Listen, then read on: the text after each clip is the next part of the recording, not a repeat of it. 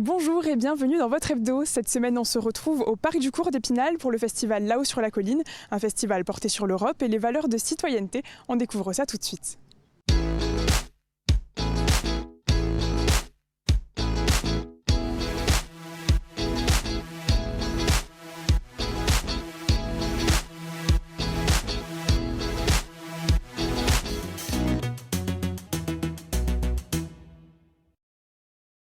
On commence tout de suite cette émission au festival Là-haut sur la colline. On est au Parc du Cours à Épinal en compagnie de Michel Petit-Demange. Bonjour. Bonjour Louise. Votre association Festi Eurolive organise ce festival depuis 10 éditions maintenant. Exact. C'est la deuxième à Épinal, la première au Parc du Cours. C'est un festival qu'on peut dire, le thème de cette année, ce sont les apprentissages de la vie. Ça change de thème à chaque édition. Qu'est-ce que ça vous inspire? Comment peut-être qu'on peut parler de vivre ensemble, qui est une des valeurs principales du festival. Ah oui, c'est ça, effectivement, vous avez bien défini. Le festival a cette originalité. D'abord, c'est un festival de musique, mais cette originalité, c'est qu'il est effectivement articulé autour d'un thème. Enroulé, on va dire, autour de ce thème, va, vit et apprend, qu'on a choisi cette année. Enfin, qu'on a choisi, c'est les jeunes qui l'ont choisi au dernier festival. Nous avons besoin, tout au long de notre vie, quel que soit l'âge que nous ayons, à apprendre à vivre pour mieux se connaître la vie, la complexité de la vie dans le monde dans lequel on vit, et connaître aussi les autres. Voilà, alors c'est cette interrogation qu'on veut poser, mais c'est surtout de dire il y a des moyens. Et les moyens, c'est apprendre à comprendre la complexité pour éviter les erreurs et les illusions qui souvent nous font aller dans de mauvaises pistes, et notamment avoir la défiance de l'autre. Tout ça, ça s'articule autour d'espaces paroles, de conférences tout au long du week-end notamment. Et il y a aussi un pays invité, parce que le festival est axé sur l'Europe, il y a une portée européenne. Le pays invité cette année, c'est l'Allemagne, à l'occasion des 60 ans de la signature du traité de l'Élysée, donc un traité de paix, de réconciliation. Et pourquoi l'Allemagne? Et déjà, qu'est-ce que nos voisins peuvent nous apprendre? Qu'est-ce que l'Allemagne peut nous apprendre? Alors pourquoi effectivement déjà l'Europe et l'Allemagne? Effectivement l'Europe parce qu'elle est encore à construire. Et l'Europe parce que c'est à la dimension européenne qu'on peut trouver des solutions face à la complexité de tous les défis que nous devons relever dans notre société. Et c'est à plusieurs.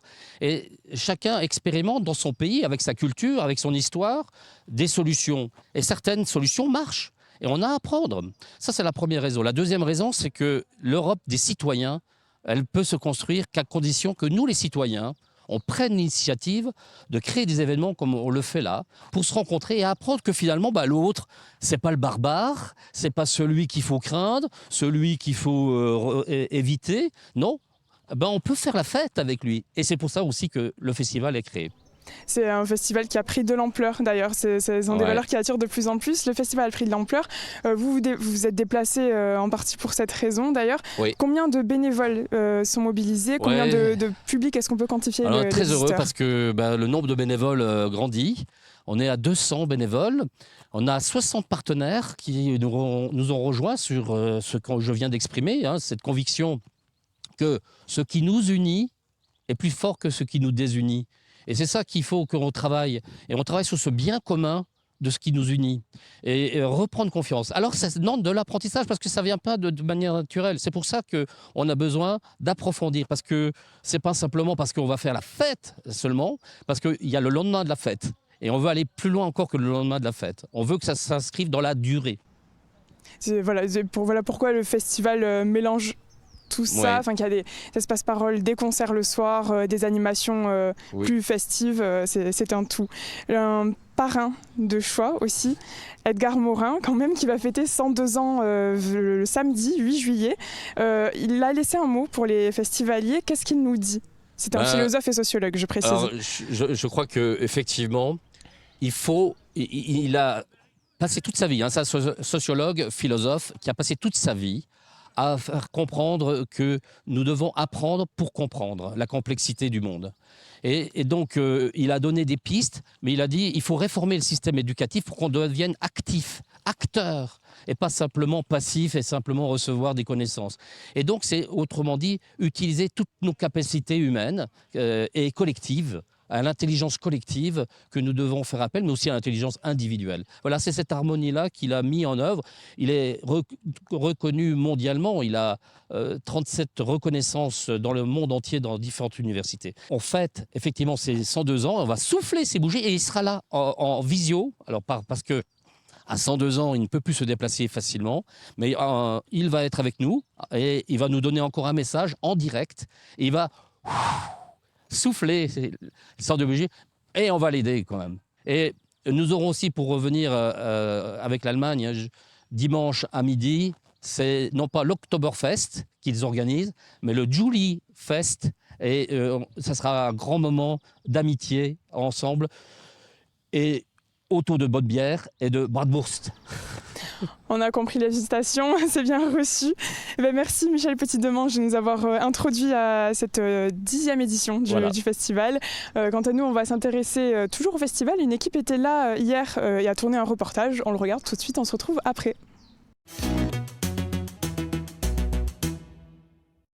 Donc, quel est le surnom de sa capitale, Vienne? Est-ce que c'est la capitale de la musique, la ville éternelle ou la cité des anges? C'est la capitale de la musique. C'est juste. Un quiz sur l'Union européenne à réaliser en groupe pour écouter l'autre et partager les connaissances. Un exemple parmi d'autres des différents ateliers installés au Parc du Cours à Épinal. Un village des initiatives ouvert prioritairement ce jeudi aux scolaires et proposé dans le cadre du festival Là-haut sur la colline qui s'est installé pour 4 jours. Conférences, concerts vont se succéder dans cette biennale associative dont l'ADN depuis 2005, date de sa création, est le vivre ensemble. Et par les temps qui courent, le message prend tout son sens. Encore ces derniers jours, avec bien sûr cette montée de la violence, on voit aussi cette montée de la radicalisation. Il y a, je rappelle, un festival qu'on avait fait sur la radicalisation en 2015. Il y avait quelque chose de prémonitoire malheureusement. Et je crois que le thème de cette année, parce qu'on prend un thème par festival, c'est un thème autour de l'apprentissage, les apprentis sages de la vie, autour de la gestion des émotions, apprendre à connaître ses émotions, mais aussi, et le plus important, de connaître l'émotion des autres. Apprendre à gérer les émotions, à accepter les différences. Sous cette tente, on philosophait sur le vivre ensemble et la confiance en soi. Ce qui est important, en fait, c'est qu'ils se posent eux-mêmes ces questions et qu'ils arrivent à avoir cette distance, en fait. Qu'est-ce que je pense, moi, vraiment ? Est-ce que ce sont vraiment mes pensées? Qu'est-ce qui les influence? Qu'est-ce que pensent mes amis? Ah bah tiens, finalement, je peux être amie avec quelqu'un qui pense quelque chose de complètement différent. Les vivre ensemble, c'est vivre dans la paix, avec tout le monde, liberté, égalité, fraternité. Des fois, oui, on peut s'énerver avec quelques personnes, mais après, faut se dire que mieux vivre dans la paix que vivre dans la colère. Décider par soi-même, sans influence, pour l'environnement par exemple. Lucas, lui, le fait déjà. Par exemple, je connais quelqu'un qui arrête pas de mettre des papiers par terre. Moi, je les prends, je les mets à la poubelle, vu qu'il y avait une poubelle juste à côté. Sous cet autre tonnel animé par l'Union des écrivains vosgiens, les mots, ceux qui interpellent, prenaient le pouvoir. Piocher au hasard des livres et des émotions. Là, il y a ces crocs blancs. En fait, j'ai regardé et là, je vois un loup. Par exemple, c'est mon animal préféré, et j'ai marqué loup. Ils vont écrire un texte, une poésie, un conte, pour le slammer, le déclamer à haute voix, de manière joyeuse. Et voilà, partager l'amour des textes et l'amour des mots. Une 10e édition du festival parrainée par le sociologue et philosophe très connu Edgar Morin, qui fêtera ce 8 juillet ses 102 ans par vidéo interposée. Là-haut sur la colline, c'est aussi un pays invité, l'Allemagne, et différents concerts. De retour au Parc du Cours, au festival Là-haut sur la colline, pour une nouvelle interview en compagnie de Nicolas Fressé-Injas. Bonjour. Bonjour. Alors vous êtes chercheur à l'Université de Lorraine, entre autres, spécialiste de la science ouverte, du numérique, en tout cas vous êtes en charge du numérique à l'Université de Lorraine. Vous allez animer un espace parole ici au festival sur justement la science ouverte. Alors je vais vous laisser définir ce terme. Qu'est-ce que c'est que la science ouverte ? Alors, la science ouverte ou l'ouverture de la science, c'est une série de politiques publiques en France, en Europe et dans le monde qui visent à rendre disponible au grand public, mais à tout le monde en fait sur la planète, à rendre disponibles les résultats de la recherche. Donc les résultats de la recherche, c'est les écrits des chercheurs, leurs articles notamment, mais aussi les données qui sont produites par la recherche et également les logiciels qu'ils peuvent écrire. De les rendre accessibles à tous les chercheurs et aussi à toutes les entreprises et au grand public. Ce n'est pas le cas pour tous les domaines et il y a des chiffres très variables selon les disciplines. Je comprends bien pourquoi un chercheur voudrait avoir accès à des données, à des publications pour alimenter ses propres recherches.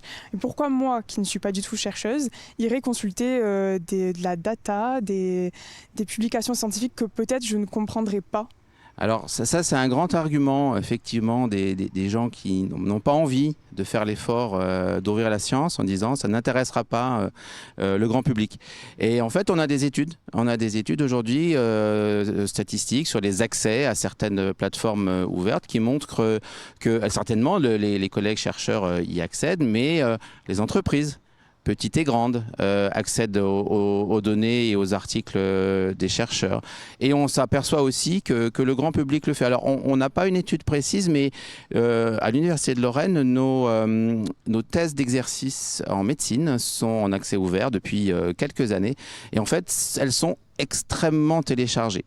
Alors, on n'a pas d'études très précises, on n'a pas de certitude sur qui les télécharge, mais on imagine que ce sont plutôt des gens dans le grand public qui font des recherches avec Google probablement sur leur santé et qui vont tomber sur ces textes d'exercice et qui utilisent donc la science ouverte très probablement sans le savoir. Justement, c'est une volonté nationale, une volonté européenne et mondiale. Voilà, chaque institution porte ce projet.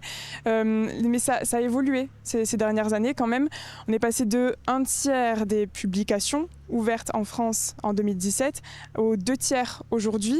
Donc il y a de l'espoir. Et est-ce que l'objectif de 100% des publications ouvertes en 2030, ça c'est l'objectif fixé par la France, par une loi, est-ce que c'est réalisable ?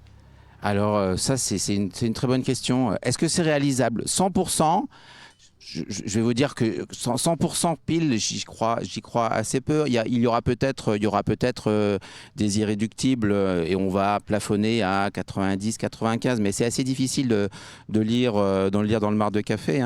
Ce que je dis là est à prendre avec des pincettes.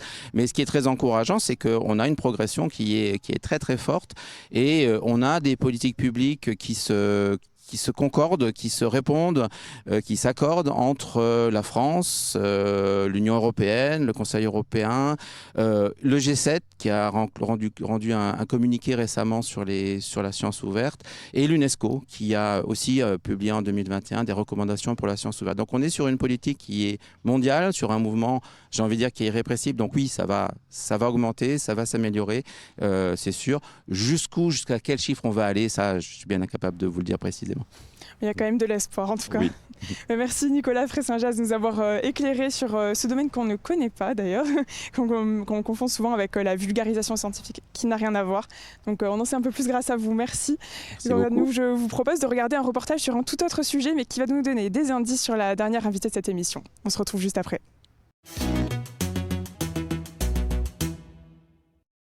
Mon premier modèle, c'est la marguerite, qui a une découpe tout à fait singulière. Et donc avec de la mousse, comme ça, elle est très très confortable. Formée auprès des compagnons du devoir, Pauline exerce depuis quelques semaines seulement un métier dont le nom n'existe pas. Si le mot bottier est bien dans le dictionnaire, son pendant féminin n'y figure pas. Mais de toute façon, qu'on l'appelle bottière, artisane bottier ou encore fabricante de chaussures artisanales, cela lui importe peu, même si elle admet avoir dû surmonter quelques obstacles de genre. C'est vrai que tout le travail de pied, donc vraiment le travail de montage, etc., il y a des parties qui sont encore extrêmement, on va dire, majoritairement masculines. Donc c'est vraiment des hommes qui sont dans ce métier-là. Et c'est vrai que quand une femme, en tout cas j'avais des collègues qui voulaient devenir monteuses, et qui voulaient vraiment accéder à ces métiers-là, c'était un peu, voilà, c'était plus compliqué. On sentait bien que c'était encore le monopole des hommes. Un atelier découvert ce mardi à l'occasion de la Journée internationale des droits des femmes par ses membres du club service Soroptimiste à l'invitation de la Chambre de métier de l'artisanat. L'artisanat l'artisanat est ouvert aux femmes, d'autant que beaucoup d'hommes vont partir en retraite, donc il faut les remplacer. On a 250 métiers dans l'artisanat et en fait, pour l'instant, la parité, la mixité, c'est encore à développer dans le secteur artisanal. Il y a une femme sur 4 chefs d'entreprise artisanale. Des ambitions et des inégalités aussi évoquées en début de journée en préfecture, où une quinzaine de femmes avaient été conviées à témoigner, chacune dans des secteurs d'activité bien distincts. Ce qu'on observait dans la fonction publique ces derniers temps, c'était des femmes plus nombreuses dans les fonctions d'exécution. Et les hommes, eux, étaient plus nombreux sur des fonctions à responsabilité. La tendance s'inverse et en tout cas, la situation se stabilise et donc l'égalité salariale devient réelle dans la fonction publique. Aujourd'hui, tous les postes sont ouverts autant aux candidats masculins que féminins et je pense qu'il faut absolument qu'elles viennent nous voir parce qu'il y a des opportunités de carrière incroyables et franchement elles peuvent s'épanouir tout autant dans l'industrie que dans le service. Donc mesdames, rejoignez-nous, n'hésitez pas, osez. Il y a une trentaine d'années, lorsque je suis arrivée dans le transport, il n'y avait pratiquement que des hommes en face de nous.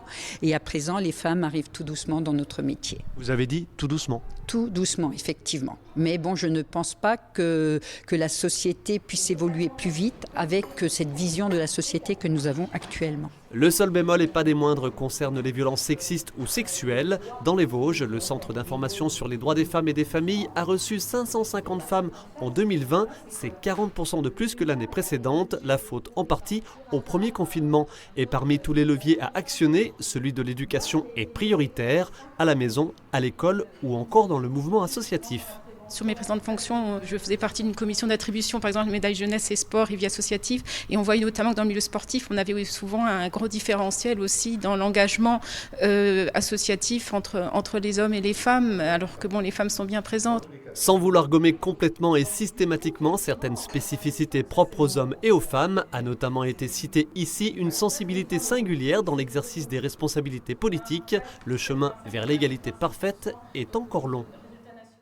Nous sommes de retour au Parc du Cours d'Épinal pour le festival Là-haut sur la colline, après ce petit reportage d'introduction au sujet que nous allons aborder avec notre dernière invitée, Cécile Roussel. Bonjour. Bonjour. Alors pour vous présenter brièvement, vous êtes chef d'entreprise, vous êtes déléguée associative, c'est l'association Elle Bouge, la délégation Lorraine, on va en parler, et ingénieur de formation, entre autres. Avec votre association que vous allez présenter là dans le cadre du festival, vous rencontrez des collégiennes, des lycéennes pour briser en gros les stéréotypes de genre dans la formation, dans l'emploi, dans le secteur de l'industrie entre autres. Quelles sont vos missions concrètement? Qu'est-ce que vous faites pour les motiver, leur donner l'ambition de se lancer dans ce genre d'études qu'on imagine souvent réservées aux hommes? Alors l'association Elle Bouge est une association qui a été créée en 2005 à la demande d'un certain nombre d'industriels, d'entreprises comme l'aéronautique, le transport, le BTP, qui souhaitaient accueillir des femmes au sein de leurs entreprises et qui n'avaient pas possibilité de les recruter parce qu'elles ne venaient pas jusqu'à eux. Donc cette association a pour ambition justement de déconstruire les stéréotypes avec les lycéennes et les collégiennes et de permettre de donner de l'ambition aux jeunes femmes pour aller vers des métiers plus, on va dire, technologiques et scientifiques. Comment on agit avec l'association Elle Bouge? De deux grandes manières, c'est-à-dire on va à la rencontre de ces jeunes lycéennes et collégiennes dans leurs établissements pour discuter, pour présenter nos métiers, pour échanger. Et puis, on les invite dans nos entreprises pour qu'elles viennent voir ce que l'on fait exactement, nous, en tant que femmes ingénieures ou techniciennes dans les entreprises scientifiques. Et on est accompagné dans toute cette activité par des marraines Elle Bouge. Ce qu'on appelle des marraines, c'est des femmes qui travaillent en entreprise et qui appartiennent à ces sociétés adhérentes de l'association Elle Bouge. Vous, dans votre parcours, avez-vous été confronté à ces stéréotypes, votre parcours scolaire, d'issue supérieure et encore aujourd'hui en tant que chef d'entreprise? J'ai pas du tout de souvenir d'avoir rencontré de difficultés à la fois au niveau des études mais aussi à la recherche d'emploi. J'ai commencé à travailler chez Bouygues Construction, donc qui était ce qu'on appelle le BTP, les entreprises de bâtiment, où tout était fait pour que les femmes s'y retrouvent. Et en 30 ans de carrière, parce que maintenant ça fait plus de 30 ans que je travaille, je dirais que j'ai rencontré aucune difficulté d'ordre, on va dire, genré.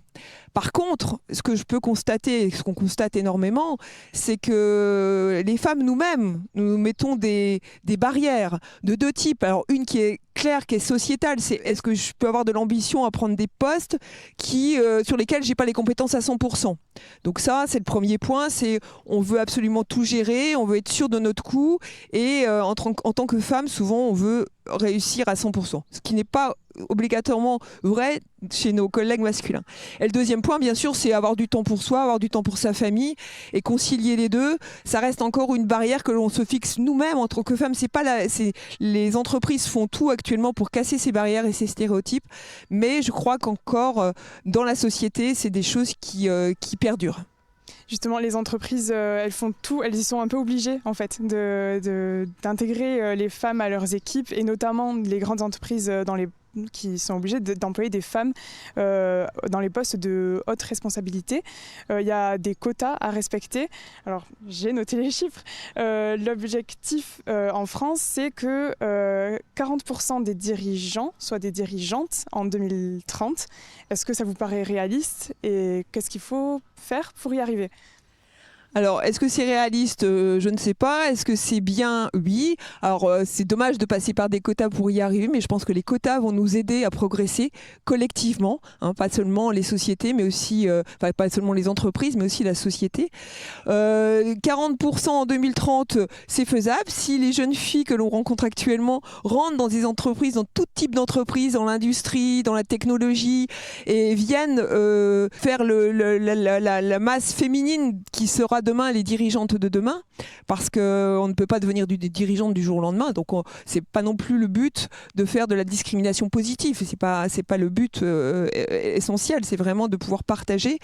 Alors il y a deux lois qui ont été introduites, la loi Rixain en décembre 2021 et puis la loi pour le choix de l'avenir professionnel qui était un petit peu avant, qui date de 2018, et ces deux lois-là permettent quand même aux entreprises de mettre des moyens en place, de se rendre compte aussi, de faire des états des lieux, de se dire mince, enfin on pensait qu'on était bon sur ce point, mais on n'y est pas très bon, notamment sur les écarts de rémunération, sur les promotions qui sont accordées aux femmes par rapport aux hommes.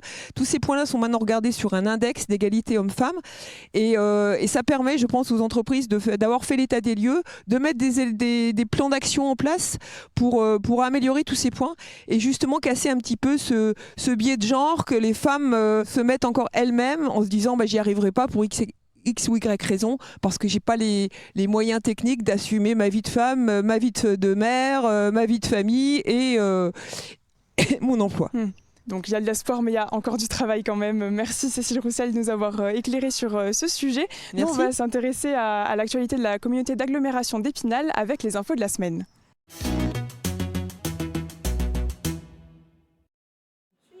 Aucune bordure entre ces places de parking et les futurs espaces verts attenants, un revêtement de sol qui lui permet de s'infiltrer directement dans la terre. À Épinal, l'eau a été l'objet d'aménagements spécifiques sur le chantier de l'écoquartier qui se poursuit sur la friche de l'usine Bragard. Un chantier parmi d'autres qui se dérouleront cet été dans les rues de la Cité des Images. Un peu plus loin, quartier Bitola, le long de la rue David et Maigret sera aménagé, une promenade incluant un city-stade, des tables de ping-pong ou encore des terrains de pétanque. Direction la rue de Nancy où d'importants travaux électriques et d'assainissement se termineront. Suivra, et c'est très attendu par les automobilistes et les riverains, la pose d'un nouvel enrobé. Citons enfin la poursuite des travaux sur le pont couvert sur lequel 2 pistes cyclables seront aménagées, le nettoyage de la passerelle Pinot ou encore plus globalement la végétalisation du centre-ville. À Épinal, le budget 2023 des travaux d'aménagement des espaces publics s'élève à 7 300 000 €, une enveloppe plus conséquente que les années précédentes. De l'engrais naturel à 2 pas de chez soi, le Sicovad distribuait gratuitement la semaine dernière aux habitants le produit de l'un des 18 sites de compostage partagés de la ville d'Épinal. Une manière de réutiliser en circuit court cet engrais prêt à l'emploi. Le site de la Carrière Colo, installé en juillet dernier, serait fréquenté par environ 70 foyers et les 8 bacs sont presque tous remplis malgré les rajouts du Sicovad. L'ouverture de nouveaux sites est en projet, c'est une des solutions envisagées pour permettre à tous les foyers de la ville de recycler leurs déchets compostables, ce qui sera une obligation légale à partir de janvier 2024. Week-end chargé en fin de semaine dernière dans les rues d'Épinal avec 2 rendez-vous proposés par l'association Épicentre. Ambiance américaine tout d'abord le vendredi soir avec l'Épinite qui a succédé à la nuit américaine. L'esprit reste le même mais on était beaucoup plus en Californie que sur la côte Est. Au programme, des véhicules plus ou moins récents, un défilé des candidates à l'élection de Miss Lorraine qui se déroulera en octobre à Toul et bien sûr quelques ingrédients made in USA. Le dimanche, le centre-ville s'est transformé en marché aux bonnes affaires lors de la braderie d'été qui a réuni plus de 150 commerçants locaux et exposants itinérants. Des vêtements, des fruits et légumes, mais aussi des spécialités du terroir. Les quelques 15 000 visiteurs attendus avaient donc l'embarras du choix. Et pour attirer et fidéliser la clientèle, chacun sa méthode. Ça va vite, on ne s'en met pas plein les mains, quelle que soit la couleur. Et les tableaux de bord de la voiture également avec ça. La corneille éloigne le rapace sans tambour ni trompette. Quelques mots au détour d'un sentier, Biodivers contait des histoires en pleine nature. Une trentaine de personnes s'étaient donné rendez-vous mercredi à Docelles pour une balade familiale d'1,5 km visant à faire découvrir la biodiversité. L'auteur Marie Houlbrecht contait ses propres histoires sur la faune locale, imaginées à partir de photographies du Vosgien Sylvain Mangel. Une dernière sortie est prévue dans les rues de Girecourt-sur-Durbion le 12 juillet prochain. Plus vrai que nature et pour cause, ces mannequins sont de chair et d'os, tous issus du court atelier de danse contemporaine de la compagnie Aéronef dirigée par Anne Marion, qui a chorégraphié ses danseurs amateurs samedi dernier sur une réflexion autour du textile, de la mode et de ses codes. Le lieu s'y prêtait particulièrement bien puisque nous sommes à l'usine à Huxenier, l'ancien site industriel de filature et de tissage des fils Victor Perrin, devenu un lieu culturel d'exposition principalement. Déjà, il faut le dessiner au crayon de papier. C'est pour ça que c'est minutieux parce que c'est dessiné le plus précisément possible. Des expositions qui s'enchaînent, celle-ci du professeur des écoles fan de SF Anthony Danzo s'achevait le week-end dernier. Ces aquarelles, déjà vues pour certaines d'entre elles lors du festival Les Imaginales, sortent un peu de son atelier. C'est déjà la fin de cette émission, mais le festival Là-haut sur la colline se poursuit jusqu'à dimanche soir. Merci de nous avoir suivis tout au long de la saison. Je remercie aussi l'équipe de Vosges Télévisions. On vous souhaite un bel été, on se retrouve en septembre.